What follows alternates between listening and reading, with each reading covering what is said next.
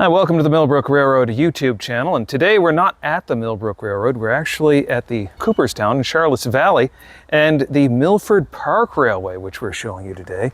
And Bruce Hodges is going to tell us more about the Milford Park Railway, which I find is extremely interesting. This is our Milford Park Railway. It's an 18-gauge train set. It was made by a gentleman named Donald Sullivan. That's why his name's on the locomotive. He was a tool and die maker for Amphenol Corporation in Sydney, New York. And this was his backyard railroad. He had no plans. He made it all from scratch. In fact, the wood for the coaches he even harvested from the family farm and made them into the coaches. He had a property in Otego, New York, which was very close to the Delaware and Hudson Main Line. So he always had kind of a interest in trains from that, even though he never worked in the industry. He was, like I said, a tool and die maker. But he made this, and he had this in his backyard. He spent probably a better part of 30 years working on this. And he had this in his backyard for moving firewood around his property and for his grandkids to enjoy. He passed away, unfortunately, in 1992, and this came up for sale at his estate auction when he passed away. A local businessman named Gene Bettiol, he owned a whole chain of convenience stores called Red Barrel Convenience Stores. They're no longer in existence now. He bought it, and I knew the family. I knew Gene. I went and met with him at his office, and I said, you know, what are your plans for it? And he says, well, I don't really have any plans, but I grew up in Otego with this basically in my backyard too, and I don't want to see it leave the area. So I told him about our interest into it. A couple weeks later, he reached out to me and said, you know, I talked it over with the family and we want to donate the whole thing to the Leatherstocking Railway Historical Society to have at their property in Milford, New York. And he goes, the only stipulation is you can never get rid of it. And I said, well, we won't. And so it's always been here in Milford. We got it probably, I think probably in 94, I think is when we had it. And we used to actually have it on a track that ran out of the engine house here. So we had a piece of mining rail on one side and it had the full-size rail on the other, and we would run it up to the street and back before we had any actual full-size rail equipment. But once we started getting that, then we needed to build its own shop, and then we built a 1,200-foot loop track around the wetlands between our property here in Milford and the Milford Park, the village's park here. And so we get it out for special events, like when we have train robberies and so forth. And after we have the train robbery and they have the final shootout, the kids get to ride on this for free. We have it out before and after. They ride it for free. We have a little panning operation to generate some money for the upkeep of it and running. But she runs right here. The only time we take her out of here is when we do take her to the train show in January at the Amherst Train Show in West Springfield. And we also take it up to the big train show that the Central New York chapter has in Syracuse at the New York State Fairgrounds. But other than that, it stays right here on the property like Mr. Bettiol wanted it to. And you know, I'm just happy we were able to keep it in the area, and I'm sure Mr. Sullivan is pleased to know that kids are still enjoying it and getting enjoyment out of it, and adults too. So about when was this built? It was built actually over the course of about 30 years. I think he actually started building this in the 60s, the mid 60s, and he just continued doing improvements onto it and refining it for about 30 years, right up to the date of his death. And like I said, he passed away in 1992. And the family, we just had a whole bunch of the family here back a couple of weeks ago to ride onto it, which is always really neat when Mr. Sullivan's family comes, because first of all, they're just thrilled that it got saved. They're thrilled that it's still in the area and that people are still being able to enjoy it like they did when they were growing up. So that's all part of the charm of having it. He used to call it the Lindy Park Railway when it was on his property, and that was based, I think, on partially his wife's name and partially one of his children's name. But when we got it here, we renamed it the Milford Park Railway. He had it painted blue. We painted it this maroon and the gold stripe. And but we made sure his name was onto it. And there's a plaque on the front of it too, which talks about him and Gene Bettiol, the gentleman who bought it at his estate sale and donated it to us. No, I understand under the hood there's something special. Well, yeah, there's I believe it's a 1926 Chevy engine under here. which it used to actually run with that. Now we have it all battery operated, but the engine's still in there. We did have some trouble with the traction motors because he did have traction motors that were in there that were, I think they were 1932 Buick starter motors. And the problem with a starter motor is, of course, it's not designed for continuous use. So they would actually get a little bit too warm. So we had a lot of problems with those. So now we've actually upgraded that to more modern electric motors.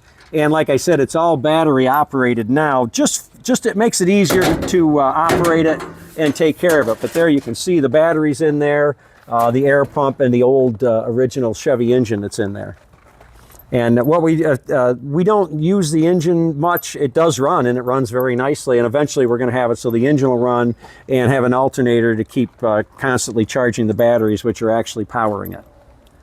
So it's a little bit modified from what he had it, but all in all, it's pretty cool when you think of the fact that he built this from scratch. Well, like I said, no plans. He just basically just kind of sketched it out on paper. He had a beautiful workshop. I mean, he was a tool and die maker, and he had an absolutely gorgeous machine shop at his property in Otego, New York. And the only thing that I guess he couldn't do, he obviously didn't have any way to cast the wheels. So he had those done at a foundry. They would send the rough casting to him, and then he would take them and put them on his lathes at home and turn everything. But everything else he made right in his shop at home. So it's pretty neat. So when are you open to the public? We actually have this out when we do one of our special event trains. In this time of year in the summertime, we do train robberies about every other week. And in the fall, we'll have it out, weather permitting. We don't bring it out when it's raining, but weather permitting, we'll have it out for our fall foliage, which are Saturdays and Sundays. And people can check when we're running the full-size train, which will tell you when we're going to be running the small train if they go to cooperstowntrain.com. That's got our full schedule on that website.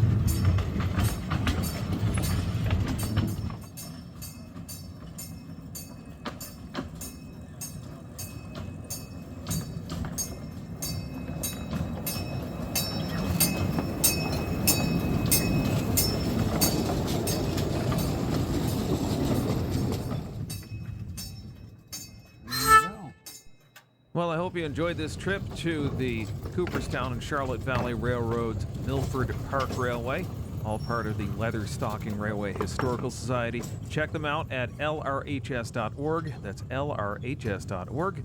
And of course, you can always join us over on Patreon at patreon.com/Millbrook Railroad.